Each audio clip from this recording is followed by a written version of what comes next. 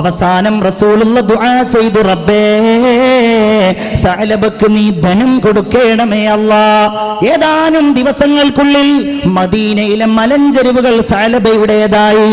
ആടുകളും ഒട്ടകങ്ങളും നിറഞ്ഞു. പിന്നെ നിസ്കാരമില്ല, പിന്നെ വെള്ളിയാഴ്ച പോലുമില്ല, പിന്നെ ഒന്നുമില്ല. റസൂലുള്ള പലപ്പോഴും സ്വഹാബികളോട് അന്വേഷിക്കും, എന്താണ് സഅലബയുടെ അവസ്ഥ, നിസ്കരിക്കാൻ വരുന്നില്ലല്ലോ. അയാളിപ്പോ കാശിലങ്ങ് കൂടിയിരിക്കുകയാണ്, ഒട്ടകത്തിലും ആടിൻ്റെയൊക്കെ കാര്യത്തിലാണ്. റസൂലുള്ളാഹി തങ്ങൾ പറഞ്ഞു, സക്കാത്ത് പോയി മേടിച്ചു കൊണ്ടുവാ. ഒട്ടകത്തിന് സക്കാത്തുണ്ടല്ലോ, അപ്രകാരം ആടിന് സക്കാത്തുണ്ടല്ലോ, ആ സക്കാത്ത് ഇങ്ങ് മേടിച്ചു കൊണ്ടുവാ. ചെന്ന സ്വഹാബികളോട് ഇതെന്താ സക്കാത്തോ, അങ്ങനെയൊന്നും ഞാൻ തരൂല്ലല്ലോ എന്ന് പ്രതികരിക്കേണ്ട താമസം. യാ വൈഹ സഅലബ, സഅലബയുടെ നാശമേ എന്ന് പറയുന്ന റസൂലുള്ളാഹിന്റെ മുമ്പില് പരിശുദ്ധ ഖുർആനിലെ ആയത്തിറങ്ങുകയാണ്, സഅലബയെ ശപിച്ചുകൊണ്ട്. വമിൻഹും മൻ ആഹദല്ലാഹ്, അല്ലാഹുവിനോട് മുൻപ് കരാർ ചെയ്ത ആളുകൾ, ലഇൻ അതാനാ മിൻ ഫളിഹി, ഞങ്ങൾക്കെങ്ങാനും അല്ലാഹു ഔദാര്യം ചെയ്യുകയാണെങ്കിൽ ഞങ്ങൾ സ്വതഖ ചെയ്യുകയും ഞങ്ങൾ നല്ലത് ചെയ്യുന്നവരാവുകയും ചെയ്യും എന്ന് പറഞ്ഞ ആളുകൾ ഇപ്പോൾ കണ്ടില്ലേ, ബഖിലു വതവല്ലു വഹും മുഅ്രിദൂൻ, ഇപ്പൊ അവർ തിരിഞ്ഞു കളഞ്ഞത് കണ്ടില്ലേ. സ്വഹാബികളായവരുടെ പോലും മാനസികാവസ്ഥയിൽ അങ്ങനെ ഉണ്ടായിട്ടുണ്ട്. നമ്മളവരെ തെറ്റിദ്ധരിക്കാൻ പറയില്ല. അങ്ങനെ ഉണ്ടായിട്ടുണ്ടെങ്കിൽ എൻ്റെ പ്രിയപ്പെട്ട മുഅ്മിനീങ്ങളെ, നമ്മൾ ജീവിതത്തിൽ ഒഴിവാക്കുന്നവരാകരുത്. നിസ്കാരം പരിപൂർണമായി മനഃപൂർവ്വം ഒരാൾ ഒഴിവാക്കുകയാണെങ്കിൽ അള്ളാഹുവിൻ്റെ ദീനിൽ നിന്ന് അവൻ പരസ്യമായി ധിക്കരിച്ചുകൊണ്ട് പുറത്തുപോയി എന്ന് ഹദീസിന്റെ ഗ്രന്ഥങ്ങളിൽ നമുക്ക് കാണുവാൻ കഴിയും.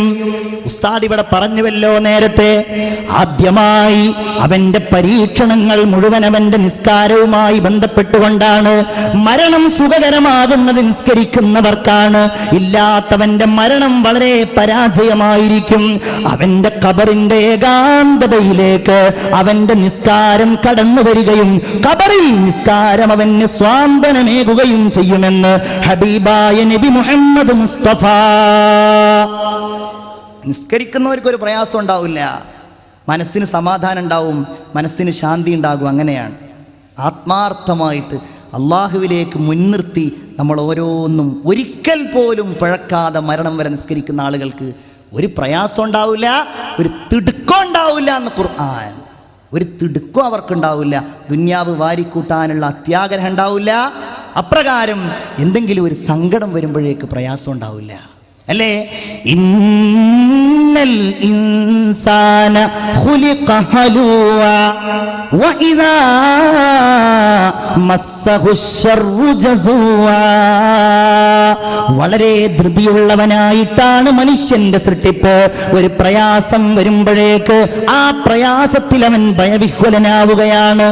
ഒരു പ്രയാസം വരുമ്പോഴേക്ക് വഇദാ മസ്സഹുൽ ഖൈറു മനൂവ, ഒരു സന്തോഷം വരുമ്പോഴേക്ക്, അല്ലാഹുവിന്റെ ഒരു അനുഗ്രഹം വരുമ്പോഴേക്ക് ഇത് പടച്ചോനെ ഒന്ന് ഓർത്ത് ചെയ്യേണ്ട സംഗതിയല്ല എന്ന് അവനങ്ങ് വിചാരിക്കുകയാണ്. പക്ഷേ ഇല്ലൽ മുസല്ലീൻ അല്ലദീന ഹും അലാ സ്വലാത്തിഹിം ദായിമൂൻ, നിസ്കാരം പതിവാക്കിയ ആളുകൾ ഒഴികെ അല്ലാഹു തആല ആ വിഭാഗത്തിൽ നമ്മെ എല്ലാവരെയും ഉൾപ്പെടുത്തുമാറാകട്ടെ. അല്ലാഹു തമ്പുരാന്റെ റസൂൽ മിഅ്റാജിന്റെ രാവിൽ ഒരു കാഴ്ച കാണുകയാണ്. ഒരു വിഭാഗം ആളുകൾ വലിയ പാറക്കല്ലുകൾ അവരുടെ തലയിലേക്ക് ഇങ്ങനെ ഇടുകയാണ്. യാ ജിബ്രീൽ, ഇതേതാണ് ഈ വിഭാഗം എന്ന് ചോദിക്കുമ്പോ അവിടുന്ന് പറയപ്പെടുകയാണ്, ഹാഉലാഇല്ലദീന, ഈ വിഭാഗം എന്ന് പറയുന്നത് നിസ്കാരത്തെ തൊട്ട് തലഭാരമായവരാണെന്ന് ഹബീബായ നബി മുഹമ്മദ് മുസ്തഫ സല്ലല്ലാഹു അലൈഹി വസല്ലം പറയപ്പെടുകയാണ്. നിസ്കരിക്കാത്ത ആളുകൾക്ക് ഖബറിൽ പ്രത്യേകമായ ശിക്ഷയാണ്. വലിയ പാമ്പുകളെ അല്ലാഹു നൽകുമെന്നാണ്. ഫലാ തസാലു ഫലാ യസാലു ഫിൽ ഖബരി മുഅസ്സബൻ ഇലാ യൗമിൽ ഖിയാമ, അന്ത്യദിനം വരെ ഖബറിന്റെ ഉള്ളിൽ അവൻ നിസ്കരിക്കാത്തവർ ശിക്ഷിക്കപ്പെടുമെന്ന് ഹബീബായ മുഹമ്മദ് മുസ്തഫ. നോക്കൂ നിങ്ങൾ, ഒരിക്കൽ റസൂലുള്ളാഹി ദുആ ചെയ്തു, അല്ലാഹുമ്മ ലാ തദഇ ലനാ ശഖിയ്യം വലാ മഹ്റൂമാ.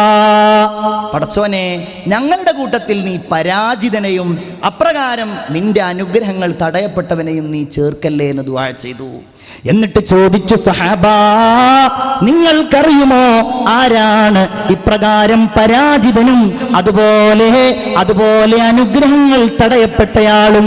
ഇല്ല നബിയെ, ഞങ്ങൾക്കറിയില്ല. എന്നാൽ നിങ്ങൾ കേട്ടുകൊള്ളുക, താരിഖുസ്സലാ, നിസ്കാരം ഒഴിവാക്കിയവനാണ്. അല്ലാഹു തആല പരലോകത്തേക്ക് മഹ്ശറിലേക്ക് ഒരുമിച്ച് കൂട്ടുമ്പോ നിസ്കാരം ഒഴിവാക്കിയ ആളുകളുടെ അവരുടെ മുഖം മുഴുവൻ അല്ലാഹു കറുപ്പിച്ചുകൊണ്ടായിരിക്കും ഒരുമിച്ച് കൂട്ടുക എന്ന് ഹബീബായ നബി മുഹമ്മദ് മുസ്തഫ സല്ലല്ലാഹു അലൈഹി വസല്ലം. ഇങ്ങനെ തീരാത്ത ശിക്ഷകളാണ് അവർക്ക് വാഗ്ദാനം ചെയ്യപ്പെട്ടിട്ടുള്ളത്. ഒരിക്കലും തീരാത്ത ശിക്ഷകൾ. ഖബറിൽ നിന്ന് ഓരോ ചോദ്യങ്ങൾ ചോദിക്കുന്നതാണല്ലോ. ആ ചോദ്യത്തിന് ഓരോന്നിനും മറുപടി പറയാൻ കഴിയുക മുഅ്മിനീങ്ങളെ അല്ലാഹു തആല തൗഫീഖ് ചെയ്യുമാറാകട്ടെ. നിസ്കരിക്കുന്നവർക്ക് മാത്രമാണ്. റബ്ബ് ആരാന്ന് ചോദിക്കുമ്പോൾ അല്ലേ, നിസ്കരിക്കുന്നവനല്ലേ അല്ലാഹു റബ്ബി എന്ന് പറയാൻ പറ്റൂ? അല്ലേ? അപ്രകാരം നിന്റെ റസൂൽ ആരാണെന്ന് ചോദിക്കുമ്പോൾ നിസ്കാരത്തിലാ നബിയോട് സലാം പറഞ്ഞവർക്കല്ലേ, സ്വലാത്ത് ചൊല്ലിയവർക്കല്ലേ നിന്റെ റസൂല് മുഹമ്മദ് നബിയാന്ന് പറയാൻ പറ്റൂ? നിന്റെ ഖിബ്ല ഏതാണെന്ന് ചോദിക്കുമ്പോ വൽ കഅബത്തു ഖിബ്ലതീ, മുന്നിട്ട് നിസ്കരിച്ചവർക്കല്ലേ അത് പറയാൻ പറ്റൂ? നിന്റെ ഇമാം ഏതാണെന്ന് ചോദിക്കുമ്പോ വൽ ഖുർആനു ഇമാമി, എന്റെ ഇമാം, എന്നെ നയിക്കുന്നത്, എന്റെ എല്ലാം ഖുർആനാണെന്ന് പറയാൻ കഴിയുന്നത് നിരവധി ഓത്തുകൾ, നിരവധി പാരായണങ്ങൾ ആ നിസ്കാരങ്ങളിൽ നിർവഹിച്ചവർക്കല്ലേ സാധ്യമാവുകയുള്ളൂ. അല്ലാഹു തമ്പുരാൻ നമുക്കതിന് തൗഫീഖ് ചെയ്യുമാറാകട്ടെ. അല്ലാഹു നമുക്ക് നിസ്കരിക്കുന്നവരിലും ആ നിസ്കാരത്തിലൂടെ അല്ലാഹുവിലേക്ക് അടുക്കുന്നവരിലും അല്ലാഹു തമ്പുരാൻ നമ്മെ എല്ലാവരെയും ഉൾപ്പെടുത്തുമാറാവട്ടെ. കുല്ലു നഫ്സിൻ ബിമാ കസബത് റഹീന ഇല്ലാ അസ്ഹാബൽ യമീൻ ഫീ ജന്നാതി യതസാഅലൂന അനിൽ മുജ്രിമീൻ മാ സലകകും ഫീ സഖർ ഖാലൂ ലം നകു മിനൽ മുസല്ലീൻ. എന്താ അല്ലാഹ് പറയുന്നത്? കുല്ലു നഫ്സിൻ ബിമാ കസബത് റഹീന, ഓരോ ശരീരവും അവർ ചെയ്ത കുറ്റങ്ങൾ കൊണ്ട് പിടിക്കപ്പെടും. ഞാൻ ചെയ്തതുകൊണ്ട് ഞാൻ പിടിക്കപ്പെടും, നിങ്ങൾ ചെയ്തതുകൊണ്ട് നിങ്ങൾ പിടിക്കപ്പെടും. ഓരോരുത്തരും അവനവന്റെ പാപം ചുമക്കേണ്ടി വരും. അല്ലാഹു തമ്പുരാൻ ചൂണ്ടിക്കാണിക്കുകയാണ്, അങ്ങനെ പിടിക്കപ്പെട്ട് കഴിഞ്ഞാൽ ഒരു വിഭാഗം അതിലുണ്ടാവുകയില്ല. ഇല്ലാ അസ്ഹാബൽ യമീൻ, വലതുപക്ഷക്കാരായ ആളുകൾ ഒഴികെ. അല്ലാഹു തആല അവരിൽ നമ്മെ ഉൾപ്പെടുത്തുമാറാകട്ടെ. ആ വലതുപക്ഷക്കാരെ കുറിച്ച് സൂറത്തുൽ വാഖിയ സവിസ്തരം പ്രതിപാദിച്ചിട്ടുണ്ട്. അവരുടെ സ്വഭാവം, അവരുടെ ഇബാദത്ത്, അല്ലാഹു തആലയോട് അവർക്കുള്ള തഖ്വ എല്ലാം. നമ്മളൊക്കെ അതിൻ്റെ അടുത്തല്ല എങ്കിൽ ആ അടുത്തവരുടെ അടുത്തെങ്കിലും പടച്ച റബ്ബ് നമ്മയൊക്കെ എത്തിക്കുമാറാവട്ടെ.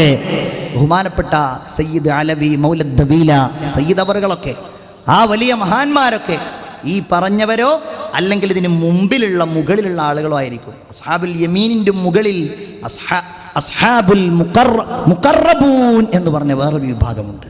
അള്ളാഹുവിലേക്ക് വളരെ അടുത്ത ആളുകൾ, ഏറ്റവും അടുത്ത ആളുകൾ. മിനൻ നബീന വസ്സുദ്ദീഖീന വശുഹദാഇ വസ്സാലിഹീൻ, നബിമാരിൽ നിന്ന്, പ്രവാചകന്മാരിൽ നിന്ന്, സ്വാലിഹീങ്ങളിൽ നിന്ന് അവരിൽപ്പെട്ടവരായിരിക്കും ഇവരൊക്കെ.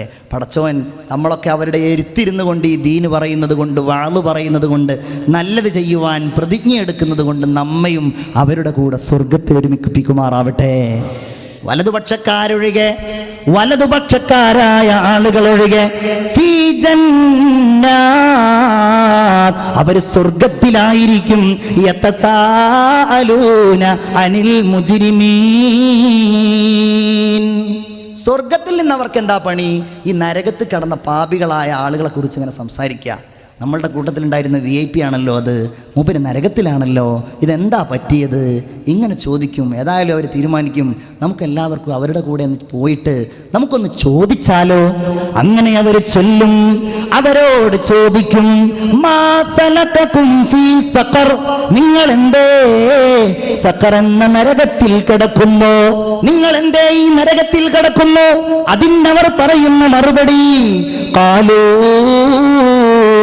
ലം നകു മിനൽ മുസല്ലീൻ,